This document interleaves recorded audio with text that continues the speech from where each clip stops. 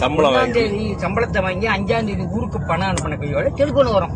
என்ன செய்தி, நல்லா இருக்கீங்களா, சௌரியமா இருக்கீங்களா, உடம்ப பாத்துக்குங்க, நீங்க வெயில அலையாதீங்க, ஏன்னா உடம்பு தான் முக்கியம், உங்களை நம்பி குடும்பம்லாம் ஓடிக்கிட்டு இருக்கு. 1ஆம் தேதி 5ஆம் தேதி வர செய்தி. சரி, 5ஆம் தேதி முடியும் போது 10ஆம் தேதி அடிக்கும் போது, ஹலோ என்னம்மா நல்லா இருக்கேம்மா, இப்ப கொள்ளையில கொஞ்சம் வேலையா இருக்கிறேன், 1/2 மணி நேரம் அடிக்கிறேன்.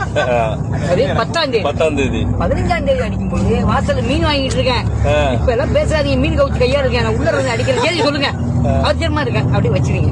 20ஆம் தேதி அடிக்கும் பொழுது அடிச்சுட்டே இருக்கான் 1/2 மணி நேரம், எடுக்க ஆள் இருக்கேன். ஆமா, ஒரு 1/2 மணி நேரம் திரும்ப எடுக்கும் பொழுது நின்று போயிடும். அவங்க அடிப்பாங்க, ஏங்க முக்கியமானது என்னது, நான் கொள்ளையில வேலை பார்த்துட்டு இருந்தாங்க, நீங்க அடிக்கணும் எனக்கு தெரியும், சொல்றது கேட்ட அப்படின்னு. மறுபடியும் 22ஆம் தேதி அடிச்சா தொடர்பு வெளியே இருக்கிறான்.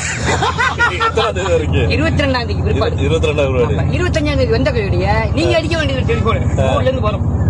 காலை சாயங்காலம் மதியானம் நைட்டு 1 மணிக்கு என்ன செய்றீங்க, நல்லா இருக்கீங்களா, சம்பளம் முதலாளி எப்படி இருக்காரு, சம்பளம் கொடுத்தாரா கொடுக்கலையா, இந்த பேச்சு ஓடும். 30ஆம் தேதி வரைக்கும் உங்களுக்கு பைத்தியம் முடிஞ்ச மாதிரி இருந்துச்சு.